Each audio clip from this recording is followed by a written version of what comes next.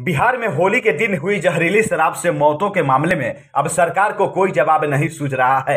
तभी तो बिहार सरकार के मंत्री इन मौतों पर अजीबोगरीब दलील दे रहे हैं। बिहार सरकार के मंत्री और जेडीयू के वरिष्ठ नेता अशोक चौधरी ने जहरीली शराब से मौत के मामले पर ऐसे ही एक दलील पेश की है। मंत्री अशोक चौधरी का मानना है कि जिन राज्यों में शराब चालू है वहां भी जहरीली शराब पीने से लोगों की मौतें होती रहती है। बिहार में शराबबंदी से इसे जोड़ना ठीक नहीं है। अशोक चौधरी ने कहा है कि बिहार में शराबबंदी एक अच्छा कदम है, इसके बावजूद मीडिया बार बार जहरीली शराब से मौत को शराबबंदी से जोड़ देता है। मंत्री अशोक चौधरी ने कहा है कि जिन लोगों की मौत हुई है उसकी जांच हो रही है और तब तक इसे जहरीली शराब से हुई मौत मानना या कहना ठीक नहीं होगा।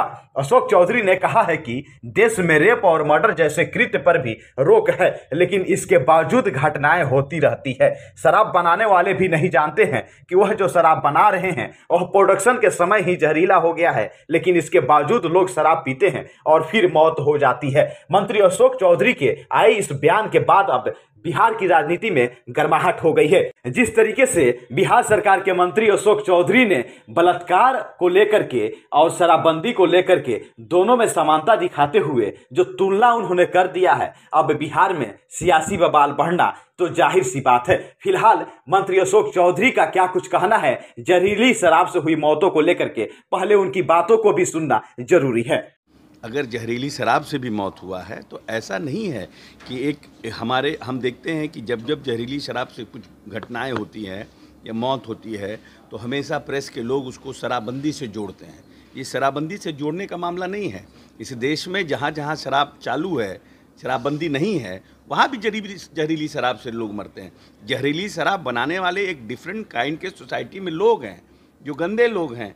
वो अब पैसा अर्न करने के लिए जहरीली शराब बनाते हैं और लोगों को उनको ये नहीं पता होता कि ये जहरीली है, लेकिन जो बनाने का प्रोसेस है उसमें वो जहरीला होता है और जो लोग पीते हैं उनकी मौत होती है। और जब ये मालूम है कि सरकार इतनी सख्त है इस प्रदेश में ये शराब पीने के प्रति, तो आप जहरीली शराब क्यों पी रहे हैं, ये एक प्रश्न है ना।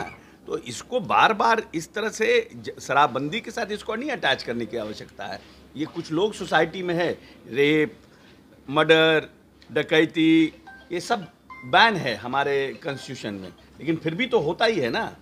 तो शराबबंदी के लिए माननीय मुख्यमंत्री जी और हम लोग सब लोग शराबबंदी के लिए लोगों को कॉन्शियस कर रहे हैं, जागृत कर रहे हैं, प्रयास कर रहे हैं कि और ज़्यादा से ज़्यादा जागृत करें। जितना ज़्यादा जागृत करेंगे उतना ज़्यादा लोगों को फ़ायदा होगा, लेकिन फिर भी सोसाइटी में कुछ तरह के लोग होते हैं। अच्छा, अब अमेंडमेंट करने की भी तैयारी चल रही है, उस अमेंडमेंट को कैसे देखें, क्योंकि लगातार कुछ ना कुछ अमेंडमेंट हो रहा है। नहीं, अमेंडमेंट किया जा रहा है इसलिए कि बार बार न्यायालय की तरफ से, सुप्रीम कोर्ट की तरफ से भी ये बात आ रहा है कि जिस तरह का कानून है उस कानून में हाई कोर्ट से लेकर के सुप्रीम कोर्ट पे बहुत प्रेशर है, तो उसको कैसे हम मिनिमाइज़ कर सकें, शराबबंदी कानून भी इफेक्टिव रहे और साथ साथ हम उसको मिनिमाइज़ भी कर सकें। तो उस पॉइंट ऑफ व्यू से हम अमेंडमेंट आया है। अच्छा, एक एनडीए